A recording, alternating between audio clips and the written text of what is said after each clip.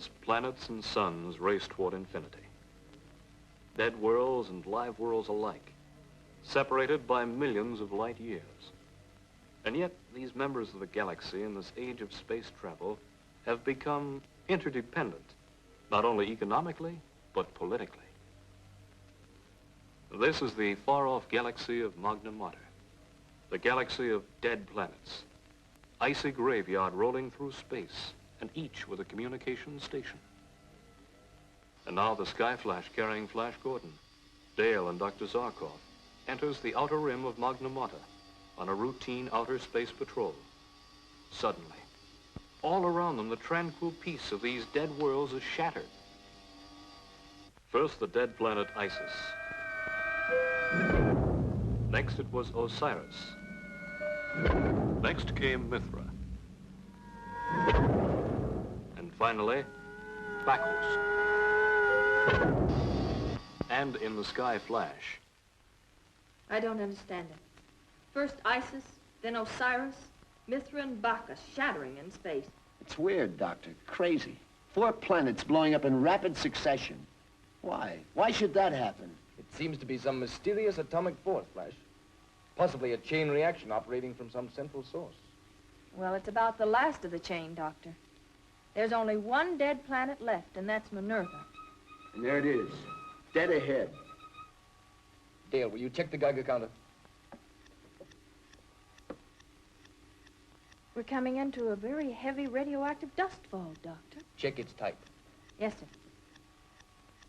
Horizontal, 105.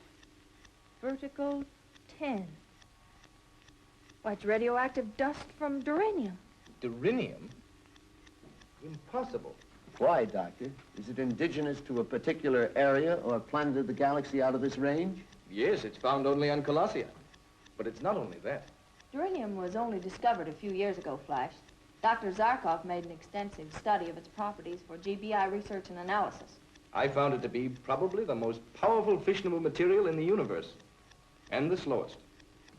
What do you mean, the slowest? Well, unlike other nuclear materials, its fission is a slow, creeping process. We estimated that a bomb made of duranium would take over 1,200 years to explode. Then it couldn't be duranium, Dale. If it was a bomb that exploded those planets, it had to be put there in, let's see, 1953. I'll check again. No, it still comes out duranium. Something wrong on Minerva, too. I'd better contact the communication station. Sky Flash Earth Patrol calling Minerva. Sky Flash calling Minerva. Come in, Minerva. Come in. Minerva, come in. I can't get through. The communication station's out. What now? Let's move in, see if we can get a better look.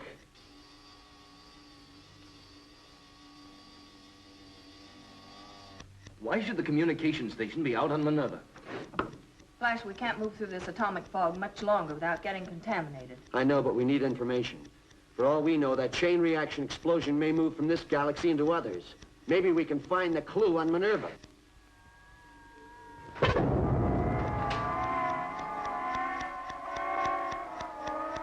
Minerva just exploded. That's the last of the galaxy. Let's get out of here. Report back to Earth.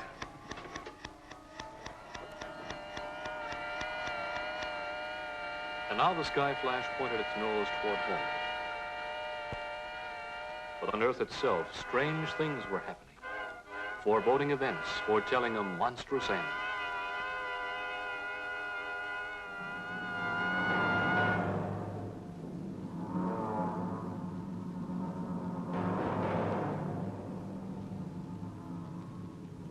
First, a series of freakish weather disturbances. And after that,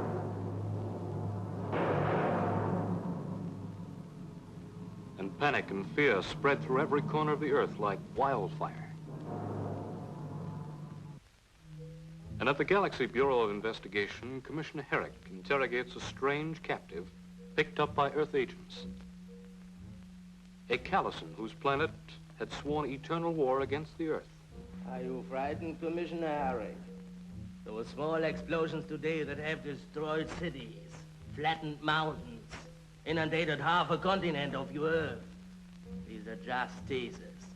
These were just natural phenomena, not man-made. Fool. But why argue with you? In 1 hour, your precious Earth explodes. At 12 o'clock noon, there will no longer be an Earth to poison the galaxy. You're lying. You're trying to frighten us. Am I? Then look at the fate of Isis, Osiris, Mithra, Bacchus. They're all gone, blown into eternity. All right. I believe you. What do you want to stop it? Name your price. Price? What can you offer when in 1 hour there will be nothing? Avoid.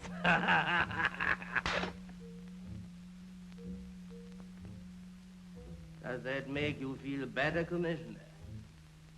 Come ahead, do it again. But hitting me will not find the duranium bomb smoldering into its final stage of fission. Who planted this duranium bomb? I did. You? When? Exactly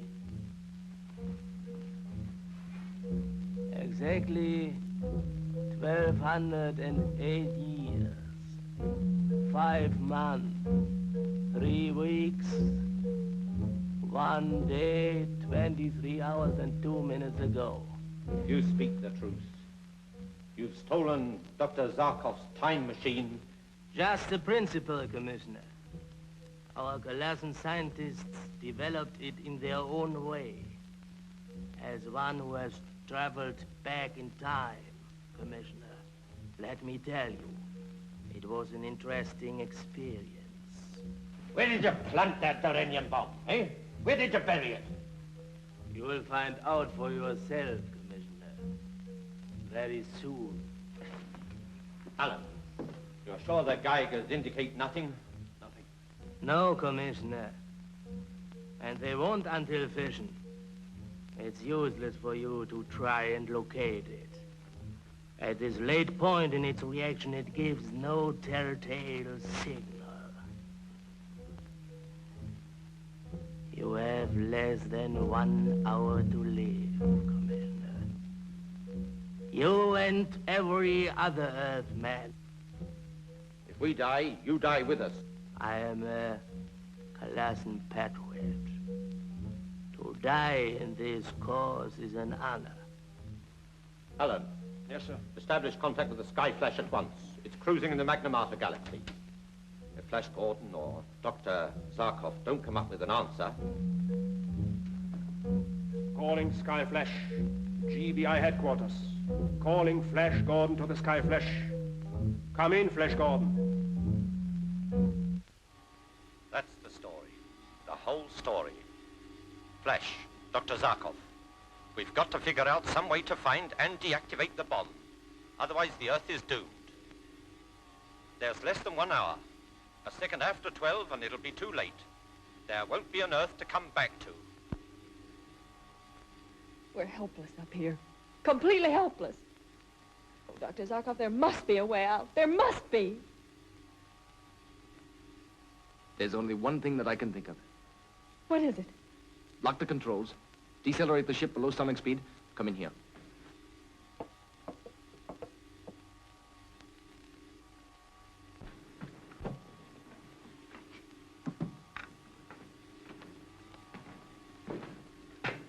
The time machine.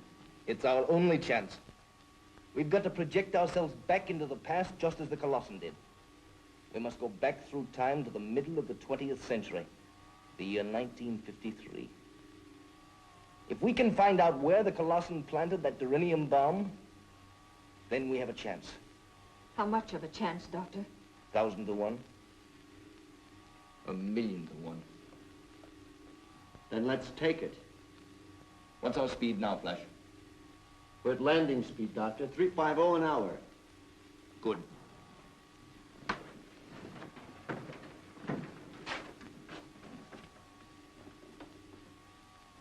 Now I'm going to ask you both to hold on.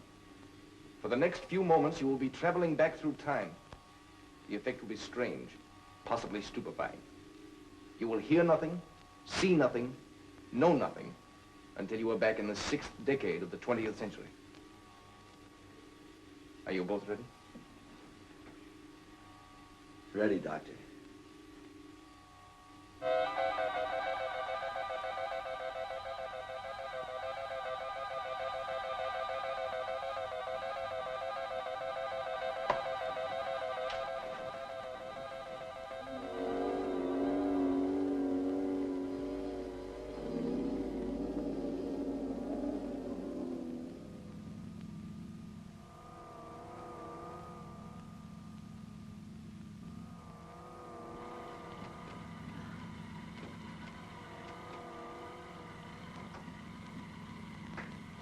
Where are we? What happened? We are now in the 6th decade of the 20th century.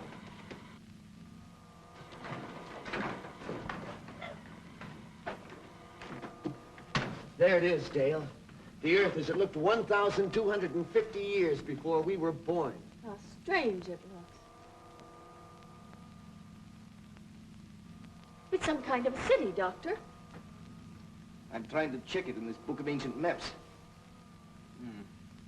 From this description, that must be a place called Washington, the capital of an ancient nation called the United States. What's our direction? East by north. Another city coming up. That must be New York. New York? What a strange name. Dale, set the Geiger counter for Durinium and see if you can get me a reading. Yes, Dr. Zarkov. I am getting a reading, Doctor. The Durinium bomb is here, somewhere on Earth. Where, Dale? Can you locate it? Not quite. The signal is very weak, but it's a long distance from here, almost due east. No, Dale. East by north.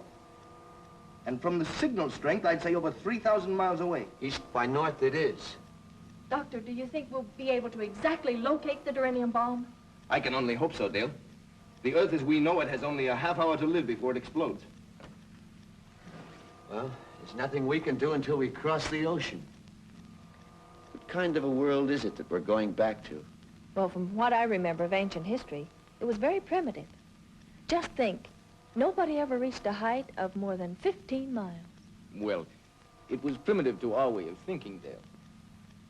And they just scratched the surface of atomic research.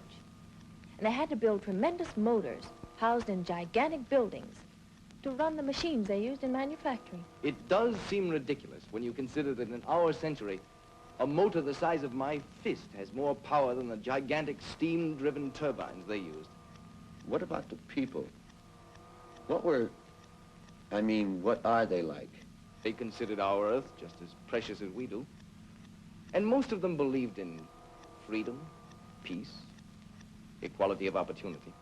But I guess just like in our time, there are those who, for power, would make slaves of everybody else. Yes, I'm afraid so. But they didn't have our tools to fight them with. And the women, Dr. Zarkov, what were they like?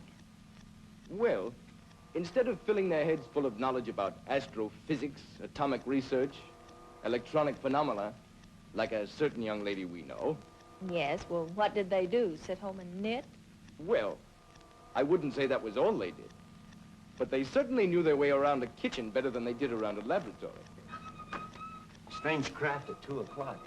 Oh, in a moment we'll be able to see it out the light window. Let's see.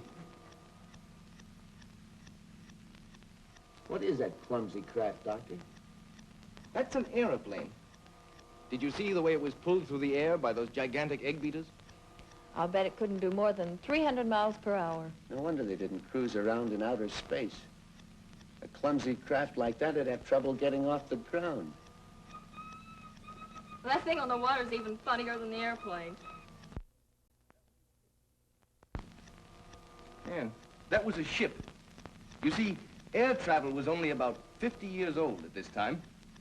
And a great deal of travel over land and water was still popular. What a world to live in. Yes. As Dale said, primitive. But a world. Something we won't have to go back to unless we find that Durinium bomb. And quickly.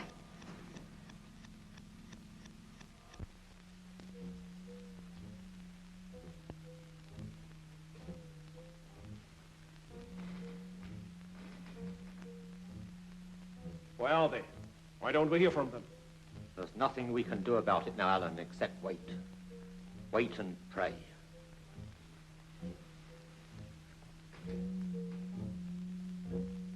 Land coming up, Doctor. 11:35. It took us exactly 5 minutes to cross the ocean. City coming up at 2 o'clock, Doctor. That must be a place called Paris. Flash, slow down. The Geiger's up to maximum. We're almost in the immediate vicinity of the bomb. Flash, look. The Geiger's hit maximum. That means the bomb is directly below us.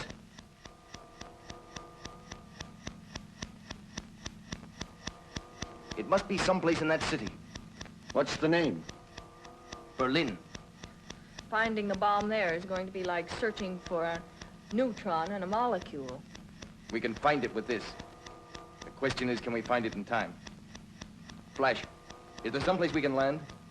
There's a clearing below. We can hide the ship there for a while. Good. The inhabitants may be hostile. And that's true. If we don't find that bomb in 20 minutes, it will be all over. We'll find it. We've got to find it. Hang on, 20th century. Here we come. Landing positions, everybody. The Sky Flash has landed in the forest outside of Berlin, having with its occupants, Flash Gordon, Dale Auden, and Dr. Zarkov, been projected by the time machine 1,250 years back through time to Berlin, with only 20 minutes remaining for the Earth to exist. Commissioner Herrick, pinning all of his hopes on Flash Gordon, waits tensely, while the Callison who planted the Earth-destroying bomb sits calmly by. All over Berlin, people have seen a strange object spinning and glittering in the sky. It is thought that this weird visitation from some other planet has landed somewhere in the outskirts of Berlin. Reports from Paris and New York also indicate that this flying pencil, or whatever it is, was sighted in those areas. Meanwhile, the people of Berlin wait in dread and terror for what will come next.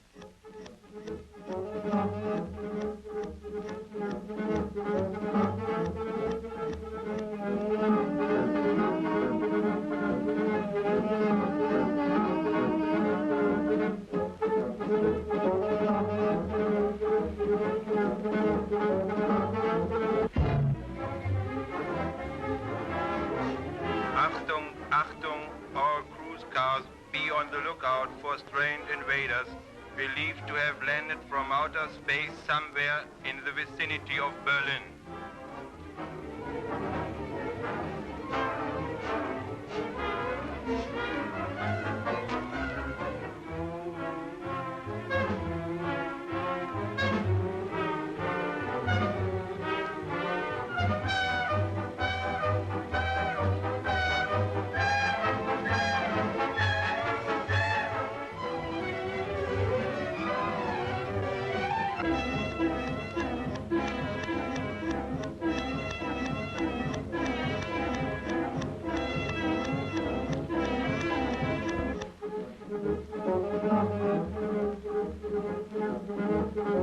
Achtung, Achtung, car 28, car 28. A telephone report claims a green and white delivery truck heading for Amzow section, sighted on Townsendstraße. It is believed car has been commandeered by a bearded giant and a blonde giant from outer space. Apprehend and arrest them. If they resist, shoot to kill.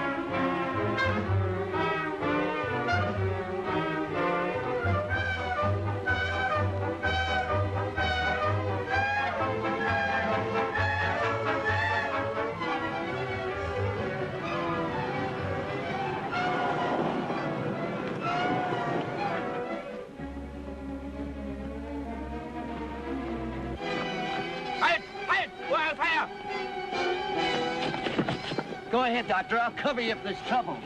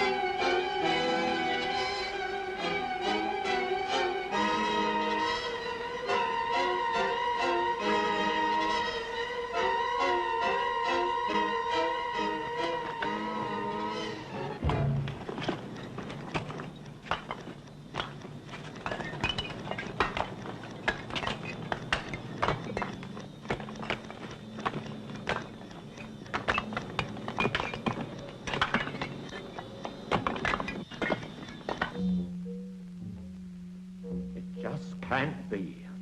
8 seconds now. Count them. 57, 56, 55, 54, 53, 52, 51.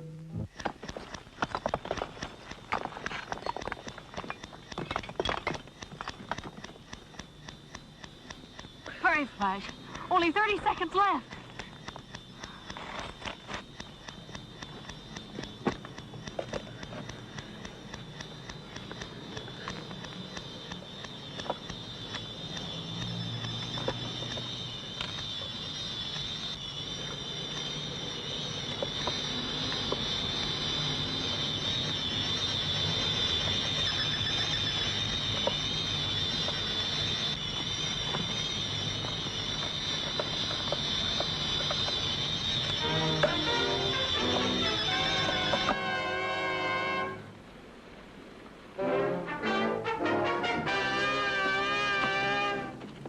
Were we in time, Doctor? Plenty, Dale. We had 2 seconds to spare.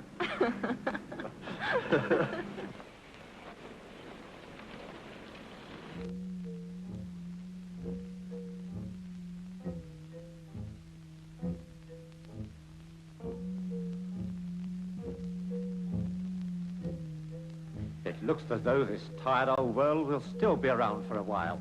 Yes. Whatever Flash did, it worked.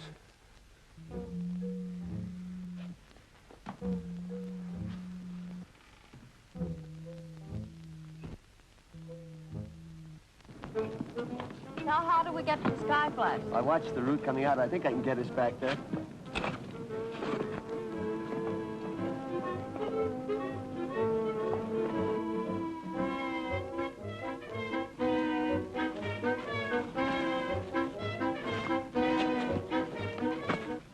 Flash, let's stay here in our ancestors' time for a few days. It should be fun telling them everything that's going to happen to them for the next 1,200 years. Fun?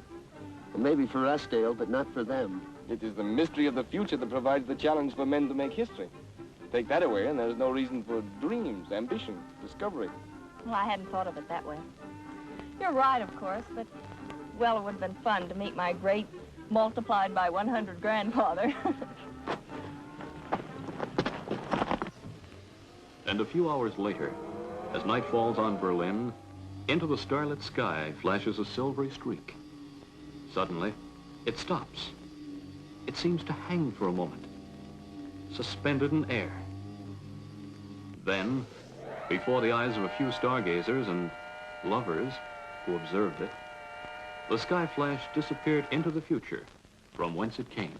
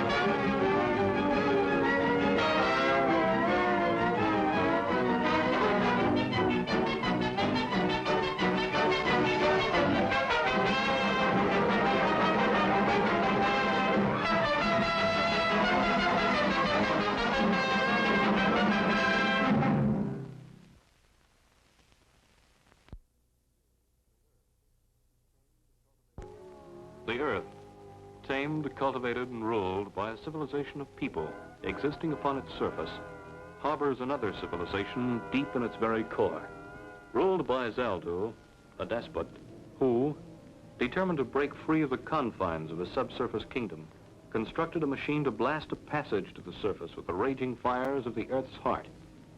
But Flash Gordon, with the help of Dale Arden and Dr. Zarkov, destroyed the machine and escaped back to their subsurface ship, the Earthworm, before they were consumed by the fires that their own destruction unleashed. It was many months later when Dr. Zarkov, back in his laboratory at GBI headquarters, perfected a video machine capable of penetrating the Earth's stratus to determine just how great was the destruction in Zaldu's kingdom. Have you seen any signs of life down there, Dr. Zarkov? Not yet, Dale. The passages are clear. There's no signs of destruction at all. But that's impossible. Why, when we escaped, flames were licking at our heels, explosions breaking out, walls falling down. That's what's worrying me. Everything seems to have been cleaned up. Yet there's no sign of life. At this very moment, 1,500 miles inside the Earth's core, two of the strange creatures of this subworld gaze into a flickering screen. How much longer before I, Zaldu, can gaze upon the outer world? Forgive me, Martinez, but until I find a known magnetic channel to the surface, it isn't possible. I will wait no longer. I will see. Look, here it is. The surface world. What are they? Surface people. Maybe they are another kind of surface people than those who come here. They move, but yet they stand still. Strange. Strange. And what is that which they stand in? And all of that surface behind them? It is another part of the surface world, Your Mightiness. It looks solid, as though one can walk upon it. More. I would see more of the surface world. I will conquer and rule. What can that be? I do not know, Your Mightiness. Even in my wildest dream of what is on the surface, did I imagine a sight like this. Aye. All is in such order, like the parts of a machine. The open corridors that lead from one place to another are like wires that go from one part of the machine to the other. And the things that move, can they be other surface people? But of all that I can see, nothing has the power that I, Zaldu, hold in my hands. All that we look at, I can destroy once we blast through with the blasting fires of the Earth's core. I'm going to try and scan through the chambers to see if I can find the fire chamber where the blasting machine was located. If it's still there, I'll bet it's a mess. Dale, adjust the magnetic rectifier up 4 cycles, quickly. Up 4 cycles. What is it, Doctor? See for yourself. It's Zaldu's fire chamber. I can't understand it. We saw it destroyed with our own eyes. That Sudman whipping the slave. Did you recognize him? It's Zaldu's lieutenant. I thought surely he was dead, too. If he lived through it. Zaldu could be alive today, too. Well, if he is, Doctor, he won't rest until he's broken out and destroyed the surface people. Contact Flash and Commissioner Herrick on the intercom. Report what we've seen. Yes, sir. Oh, and tell them to check the seismograph readings. If Zaldu is ready to blast through to the surface again, there should be strong tremors, just as there were before. In the same vicinity, do you think? Possibly. Probably. The volcanic fissure they found the last time would be the logical place for them to start. If they do start blasting, Doctor, what can we do to stop them? And we just come into that. After you've talked to Flash and Herrick, contact the Earthworm hangar. She's to be made ready for descent within the hour. Get me GBI headquarters, please. So what it looks like, at least to Dr. Zarkov and me, is that the subsurface men are getting ready to try another blast through to the surface. Dale, are you sure? After what we saw with our own eyes, the explosion, the fire. I can't believe it. Flash, there's no doubt about it. The fire chamber is still there and the blaster conduit rebuilt. There haven't been any tremors showing up on the seismograph heavier than usual. Well, they haven't started blasting yet, but once they get the conduit over the fire hole, that's when it will show. Just a second, Dale. Alan, put the finder board on the subsurface. Let's see what the earth tremor patterns look like at the moment.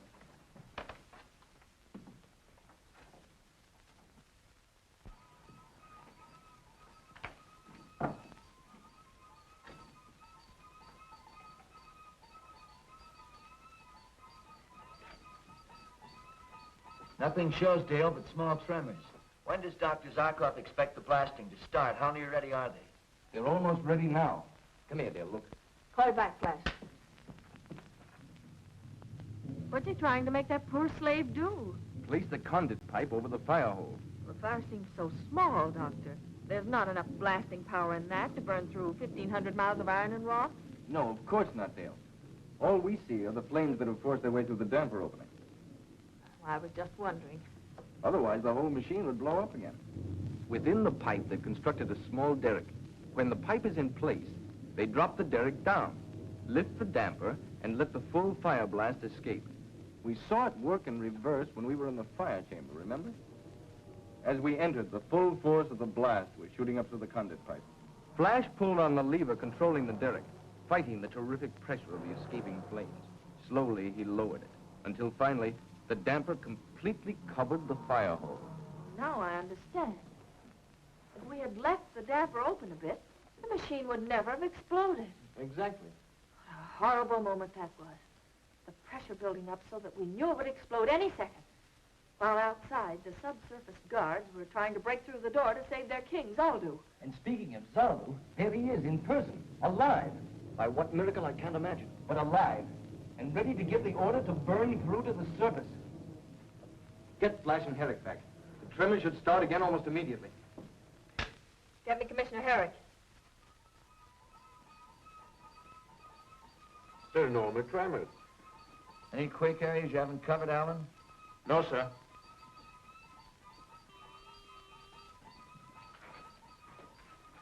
Herrick here. The conduit pipe is in place, Commissioner. Watch for major tremors to start almost immediately. Where? Your guess is as good as ours. Well, why don't you try the Oregon area where they tried breaking through before?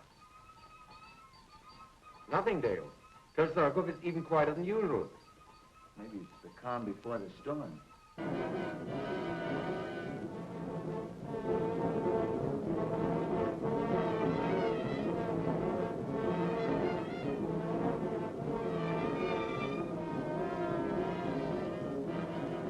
Now, Commissioner, now.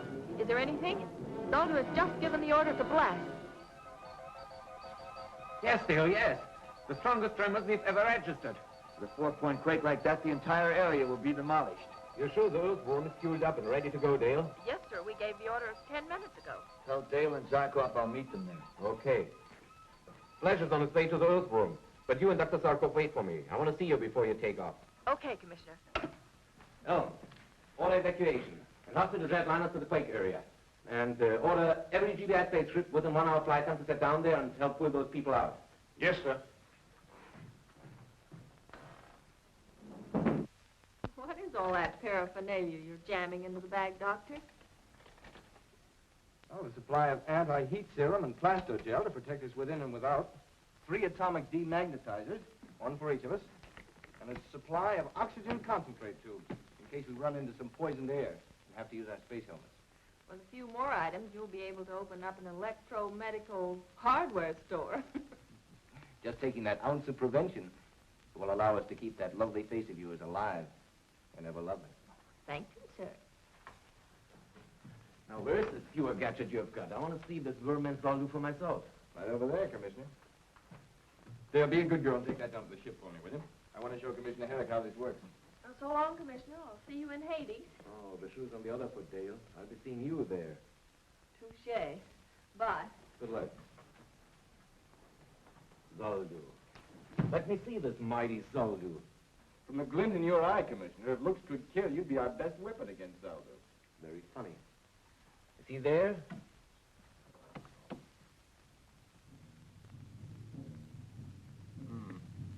not in the fire chamber. See if he's in his throne chamber. There he is. That skinny worm-eaten corpse is Zoldu? That wants to conquer us? And can, Commissioner. In his hands, he holds a power that's greater than any weapon we possess. The power of the Earth's fiery core. If he can bring this fire to the surface, he will unleash it, enveloping the entire surface, until the Earth is a ball of flame like the sun. He can really do this? Unless we can stop him, he will do this. I must go. We have no time to spare. Say, isn't there some way I can hear what he's saying? I'm sorry, I didn't have time to hook up the audio. If you'll call Dr. Abner, he can have it working in an hour. Oh, wait, sir. Bye. And good luck. Water pressure, normal. Check. Atto chambers, 1, 2, 3, 4, 5, all full. That completes the checklist, Flash. Good. Now we're missing just one item, Dr. Zarkov. What's holding him up? He's introducing Commissioner Herrick to Zoldu. Hi, Doc. All set? Buckle in and we'll take off. Let the joyride begin.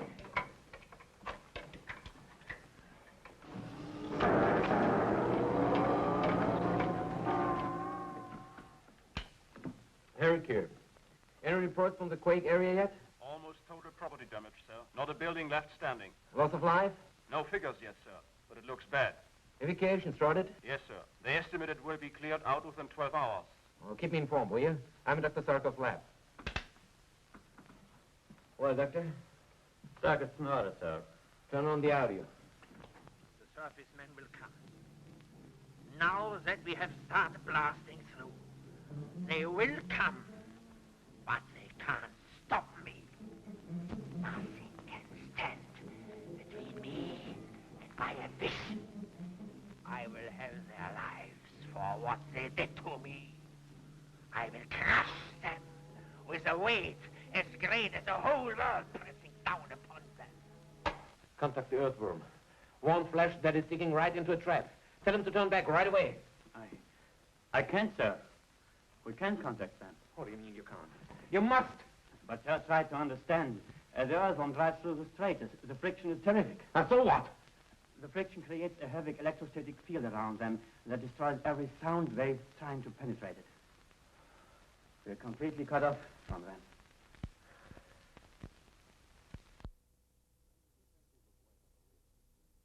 Two pencils of light on a radar screen. One moving from the Earth's surface towards the kingdom of Zaldu in the core of the Earth. The other creeping from the core to the surface. The first light indicating a jet-propelled mechanical mole piloted by Flash Gordon. The second light showing the progress of Zaldu's blasting operation to the Earth's surface. Look, the surface people drive closer and closer by the minute. We are ready for them. Nothing must go wrong this time. Do you hear? Do you hear? All is in readiness. I have seen to it myself, Your Mightiness. Tell me what you have prepared. Tell me again. I must be sure. Tell me. When surface ship reaches point +1, we cease blasting operations to surface. That's my order.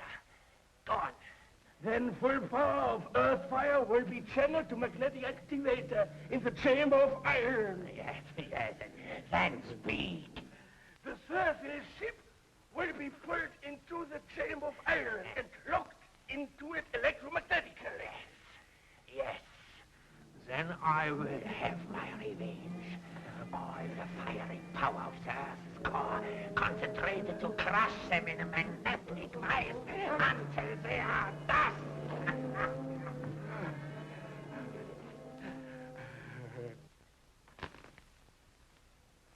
Our last possible chance to warn them. Gone. What do you mean? I was hoping that when they reached the subsurface world and stopped, we could get through to them. Of course.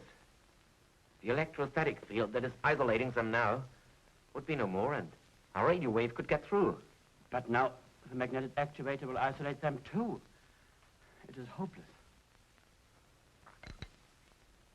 With Flash out of the way, With no other means of deciding to stop Zaldo, he can blast his way out. Then heaven help us, there's no weapon that can stop him from destroying us. 1,920 kilometers. Outside temperature? 500 degrees Fahrenheit. Perfectly normal. Timing and exhaust blast in good order in all jet chambers. This has turned into a joyride. What a contrast to our last trip to the Earth's core. What's your plan when we get there, Flash? I know one thing. Zaldu's not going to stop blasting just because we ask him to. There's only one thing to do, Dale. Capture Zaldu himself and bring him to the surface. Then try to find someone in the subsurface kingdom who is willing to rule and live in peace with us. That won't be an easy job. Capturing Zaldo, I mean. I've got a plan, Doctor. If I can steer a direct course into Zaldu's chamber, we can take him by surprise.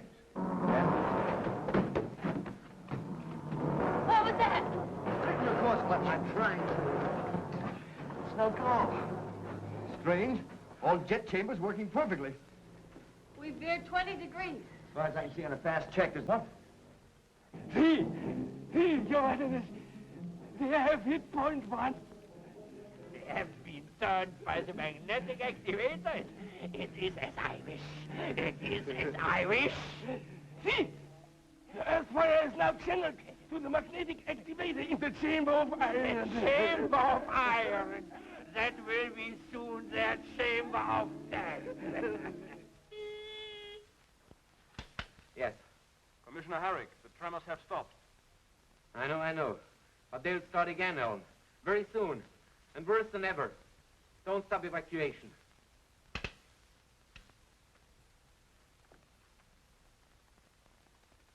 Oh.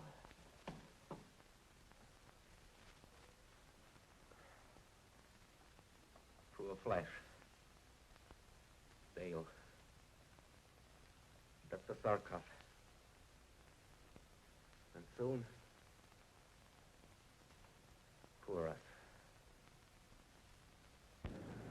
Flash. Pressure. Pulling. Yes. Dead. But more.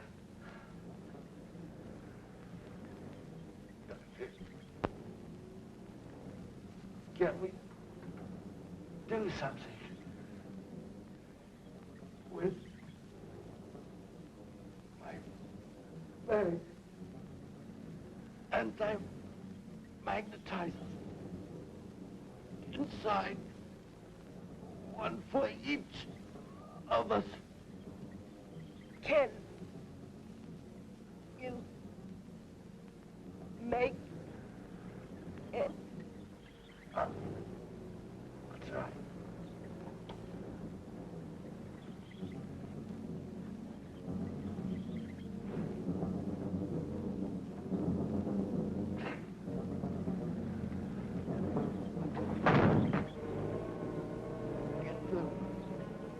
Our only chance.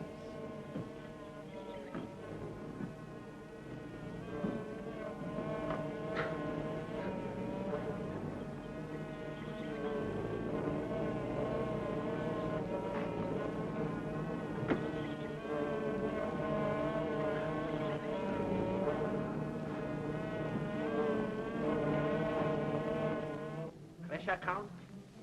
What is it? Speak. 300 pulls. Enough. Enough for the time.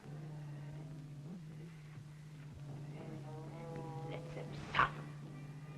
Let them feel the hard muscles strain to keep them alive. In the chamber of iron, when the pressure comes from all sides, then, Your Majesty, they will feel the revenge of Zaldu. Yes, from all directions. It will tear and pull and squeeze every fiber. Look. Each second they draw closer. Even at this moment, no living thing could move a finger.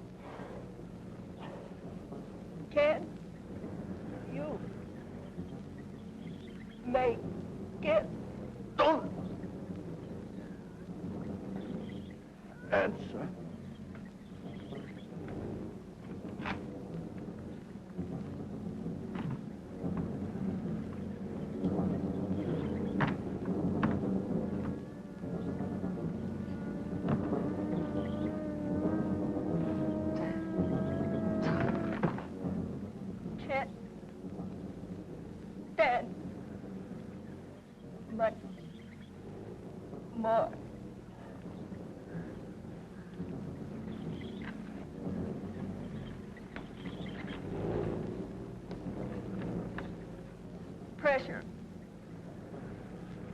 greater every second.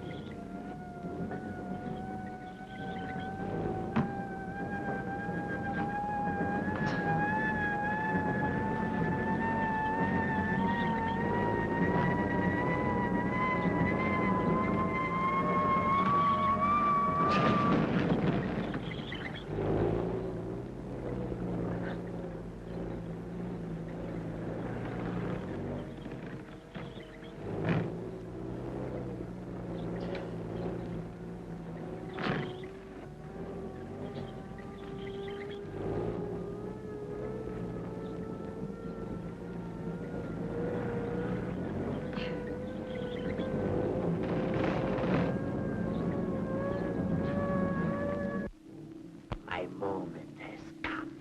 They are breaking into the chamber of iron. They are here. Trapped. Trapped. Now, I open all of the force of the earth's fire. Pour it into the magnetic activator. Listen to it scream as it rushes to crush them to dust.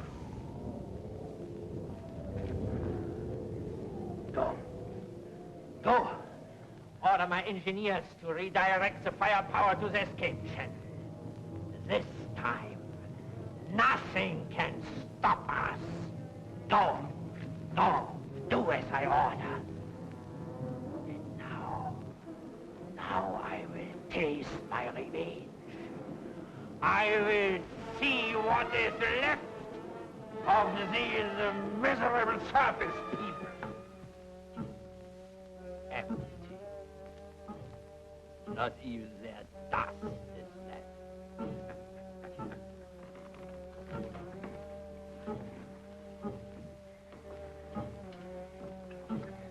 This is mine now.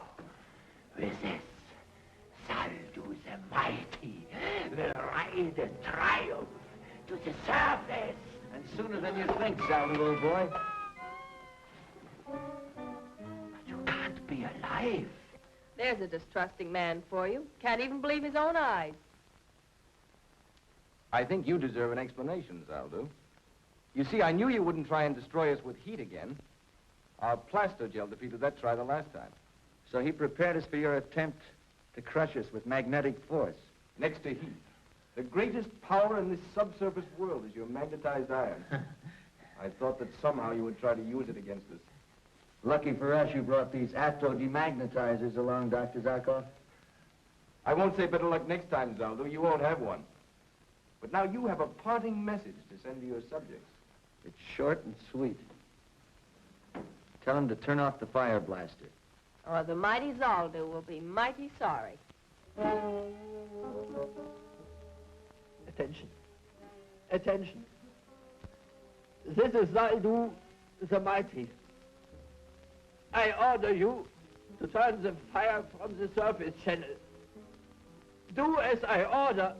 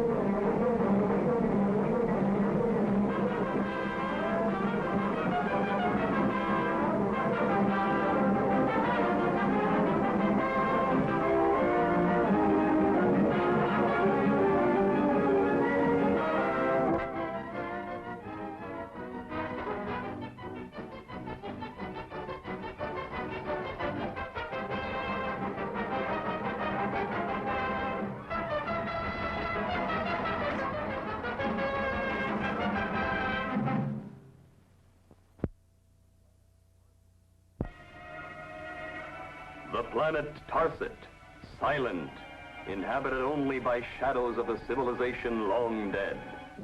A planet where life of every kind has departed. We must use Tarset, Commander Richards. There is no other planet on which we can conduct our negative gravity experiment. There must be another place. Tarset is out. Tarset is deserted. We can set up our experimental equipment using robot mechanisms and gauge the impulse reactions by electronic equipment set up on the Sky-Flash. I'm fully aware of the importance of your work, Dr. Zarkov, but you'll have to find another planet that will do as well as Tarset. There is none to our knowledge. I told you that before. Tarset is ideal. Well, then you'll have to find some place that's not so ideal. Tarset will not be used. But why? Will you please tell me why? You don't know what just happened to the exploratory mission we sent to Tarset? No. I've been in my mountain lab completely out of touch with things. What happened? Well, we'll soon know the details. All I've had up to now are fragmentary reports, but even from them I'd be a murderer if I let you go. Flash Gordon is here, sir, with Dr. Jervis of the Tarset expedition. Good. Send them in at once. Now we'll get the full story.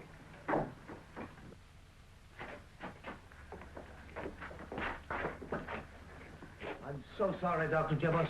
Can I get you something? I don't think he's strong enough to answer any questions right now, Commander.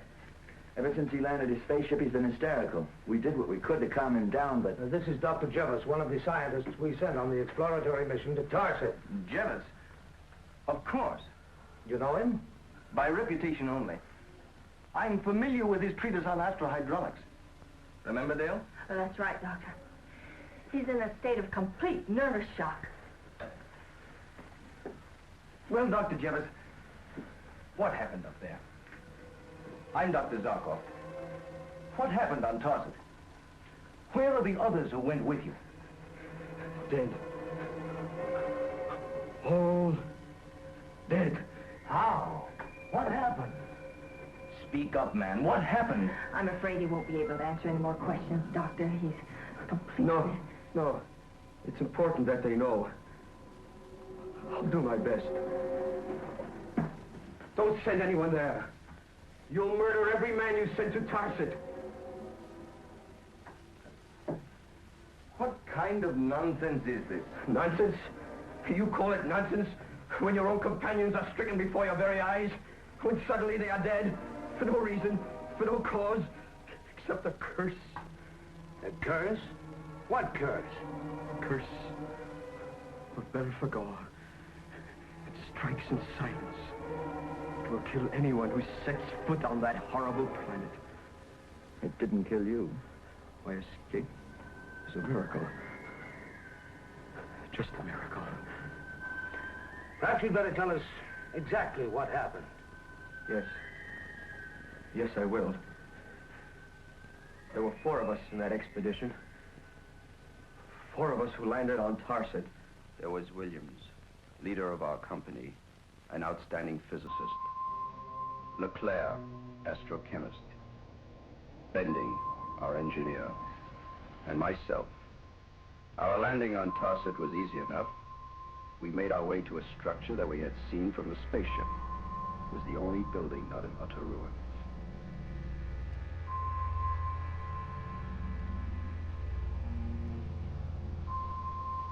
Inside, we made our way along a corridor, the sides thick with dust, and all around there was the horrible feeling of death. We reached a bend in the corridor, and like an invisible hand had grabbed us, we stopped, afraid to make the turn. Williams finally had the courage to go on. I wanted to turn and run back to the ship. I'd never known fear like that, even when I knew what I feared. Finally, one by one, we followed him.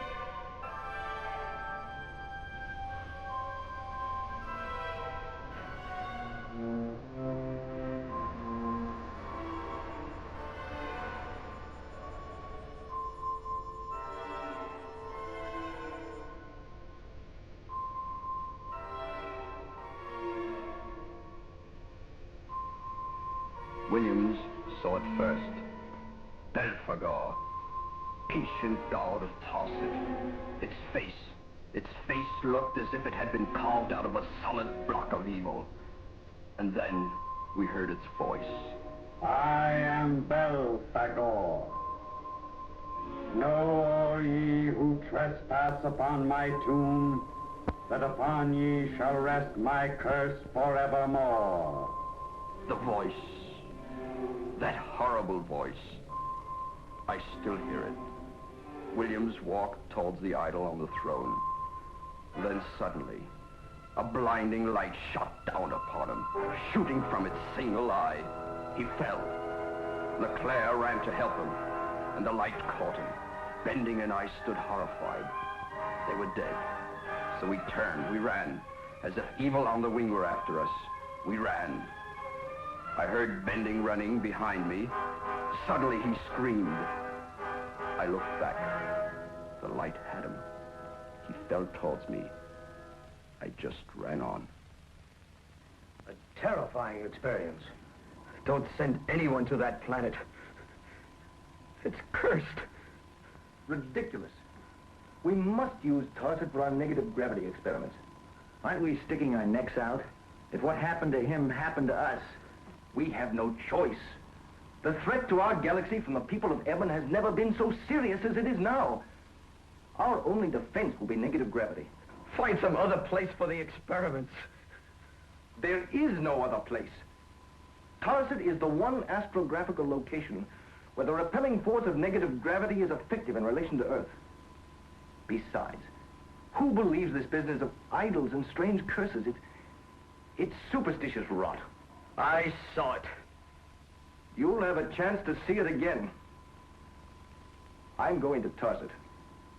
I'm with you, Doctor. Dale? I'm ready to start right now. Well, Dr. Jervis, we can make it without you, but if you'll come along as our guide, we can save much valuable time.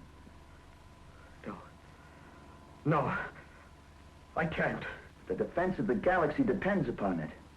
Everything we have, our civilization, our science, everything will be wiped out if the people of Eben are victorious. How can you refuse? No. Of course you're right. I can't refuse. I'll go along with you to Tarset.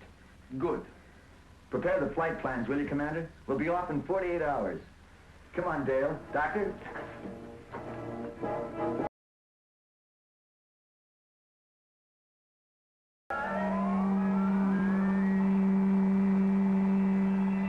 Invasions from Eben. Idols. Strange voices and strange lights. Do you think anybody will believe that stuff, Doctor? Idols, curses, rot. How can you, a trained scientist, believe it? A man believes what he sees. And I have seen these things. So will you.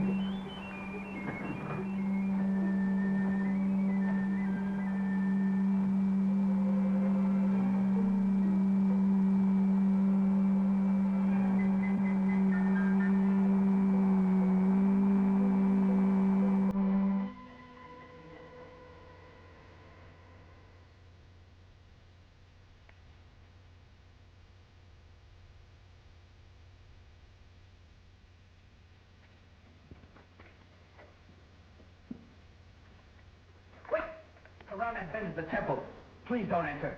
We'll never get out alive. You did the last time. Maybe we'll be as lucky. Let's go, Doctor.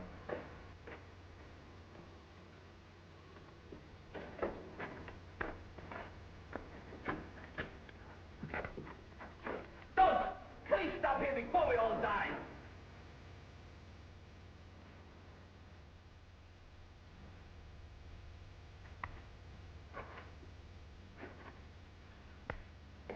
No! Going someplace? Come on. Who's this, Bending? Just as he fell.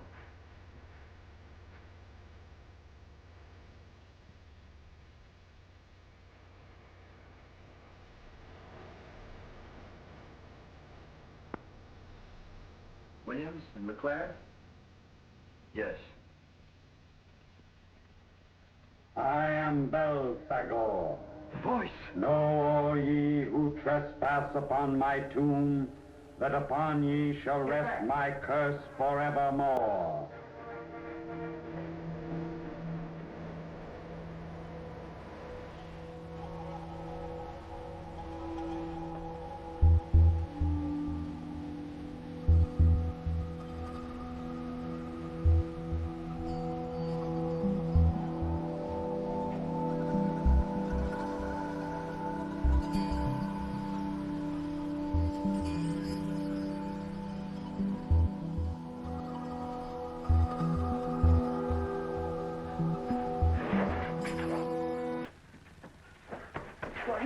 down here. Now, do you believe me? Let me out! It's I! Professor Gabbard! Die! Professor Gabbard! Let me out! Let me out! Flash and Professor Gabbard are dead! Dale, one step out there and you're dead. Oh, we've got to help them! There's nothing you can do. Nothing. Professor Gabbard! Professor Gabbard, it's I! Let me out! Let me out!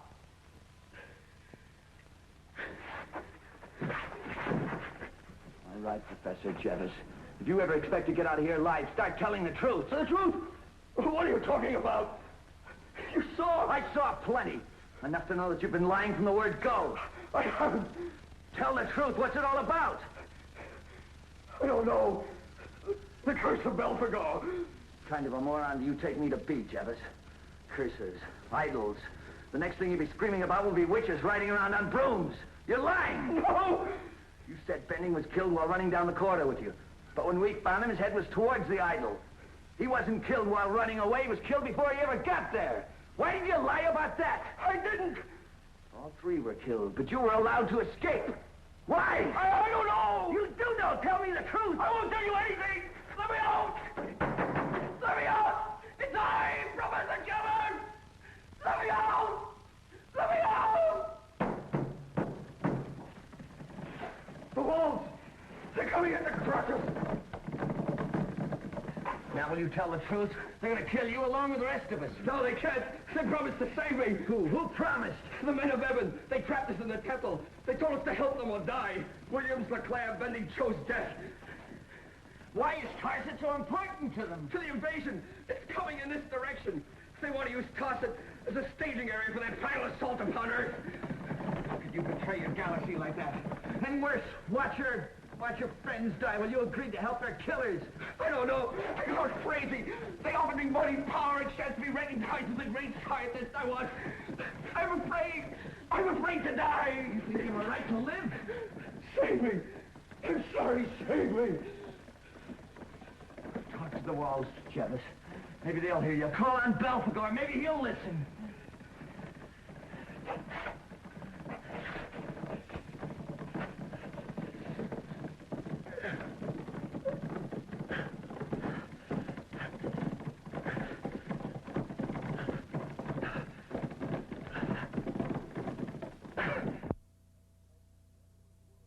The planet Tarset, a dead, desolate world long deserted by its people. Here in the crumbling temple of Belphegor, the mystic god of death, while Flash fights for his life, Dale and Dr. Zarkov are desperately trying to avoid the touch of the lethal ray emanating from the single eye of Belphegor. In a cell nearby, Flash and the traitor Jeebus, an Earth scientist who sold out to the people of Eben, are trapped between two slowly moving walls that threaten to crush them at any moment.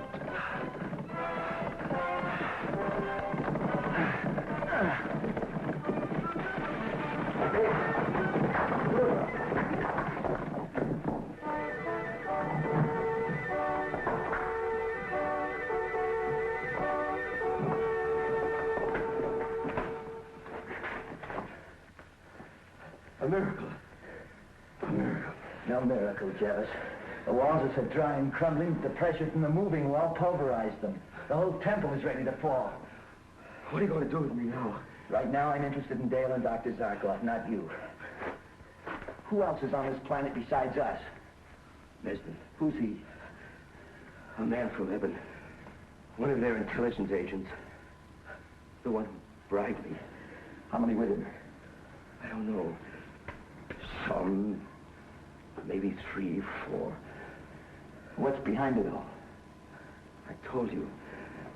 They want to use this planet to spearhead an invasion on our galaxy.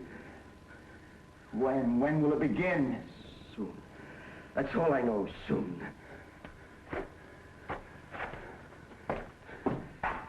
I was crazy. I know why I did it.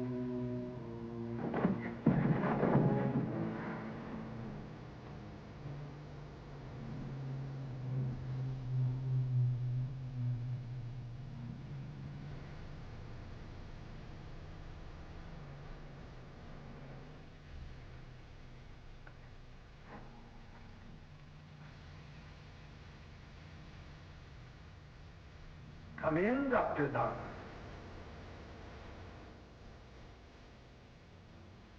And bring your charming companion. Come in.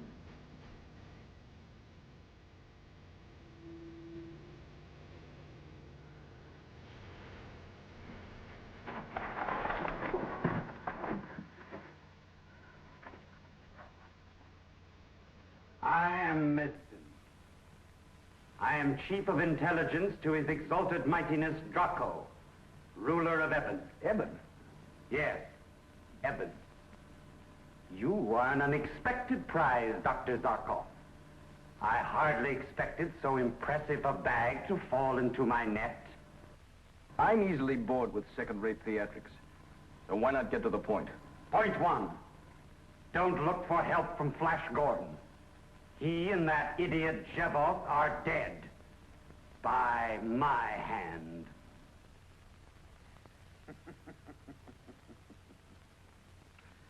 I have spared your life, Dr. Zarkov, up to this point, because you can be of use to my sovereign. My services are expensive. You can name any price. The information we want is worth it. And the information? Complete plans and details of the negative gravity force you have developed. And you must give us the method to combat it. We must know how to smash through it so we can land our forces on Earth. And if I refuse? You will watch Miss Arden slowly and painfully put to death.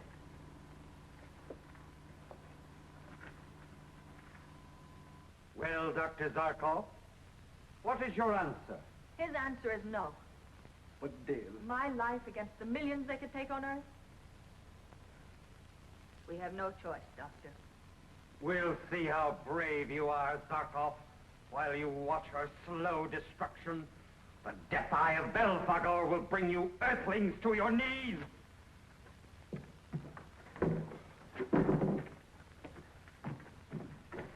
Take them to the pillars.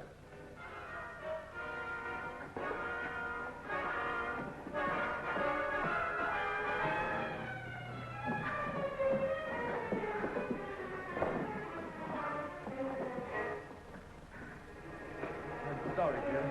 I can't say I'm not scared. Your scientific mind, Dr. Zarkov, won't accept the preposterous idea of an idol possessing a lethal curse. The curse of Belphegor is man-made. It's a lethal weapon, not a curse. You have seen the result? Obviously, you have a paralysis ray machine set into the idol's head. Quite right. A paralysis ray machine, whose controlled ray cuts through organic matter, destroying the millions of nerves, eating its way deep into the very nerve centers until total paralysis is achieved. You're a fiend. Not by choice. This is war. Dale, I can't let them do it. You must. I can't. You must. And you will.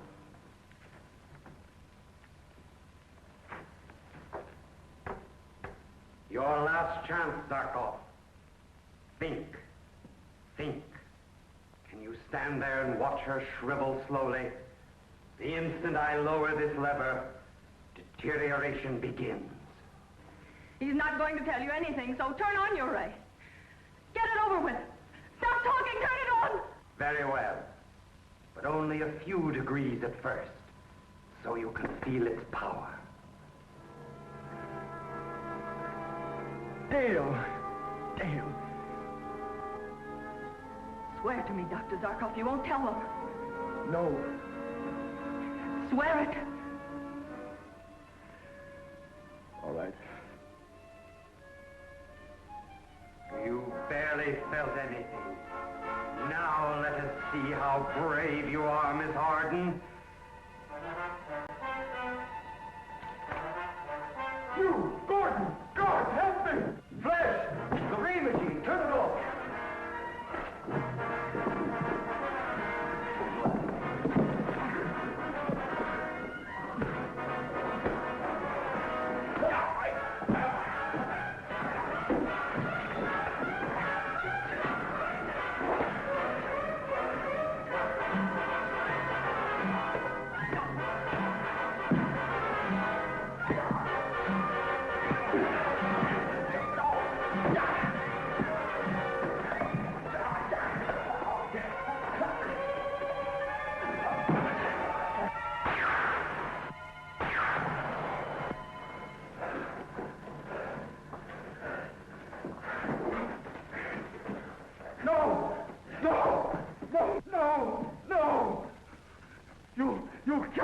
go! Untie them.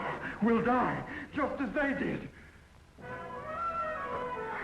You exaggerate, Marsden. What? Untie them.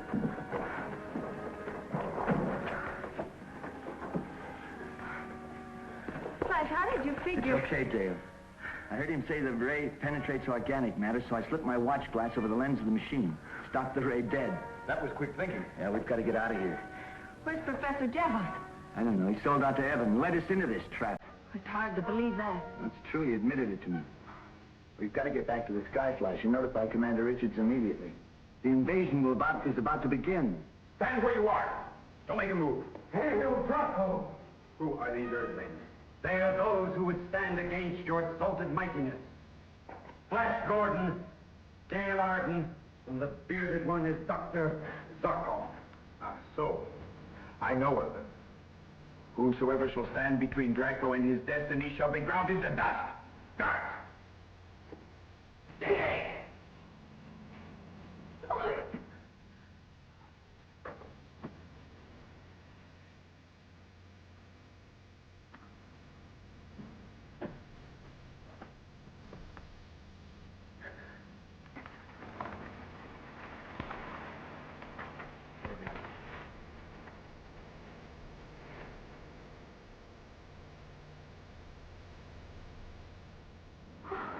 Flash! Get back!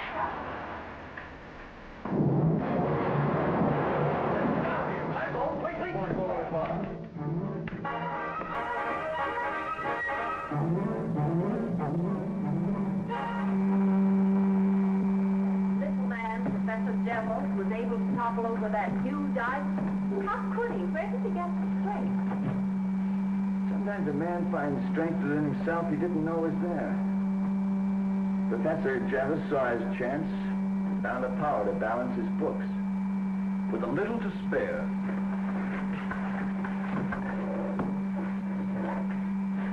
Flash Gordon and Skyflash 2 calling Commander Richards at GBI headquarters on Earth. Flash Gordon calling Commander Richards. Richards here. Flash, I've been on tenterhooks waiting for your report. I'll give you all the details as soon as we land, Commander. In the meantime, you can call off all emergency defensive measures as far as an invasion from Evan is concerned. There will be no invasion. Draco, tyrant of Evan, is dead. Flash, are you sure? This is tremendous news. When you release the news, Commander, one thing you must do. Sir, Flash, what is it? Be sure that all credit is given to Professor Jevons, a great patriot who sacrificed his life in the service of his galaxy. Skyflash 2 signing off. The truth will be our secret. Ready for takeoff. Chart a course for home, will you, Dale? Home it is.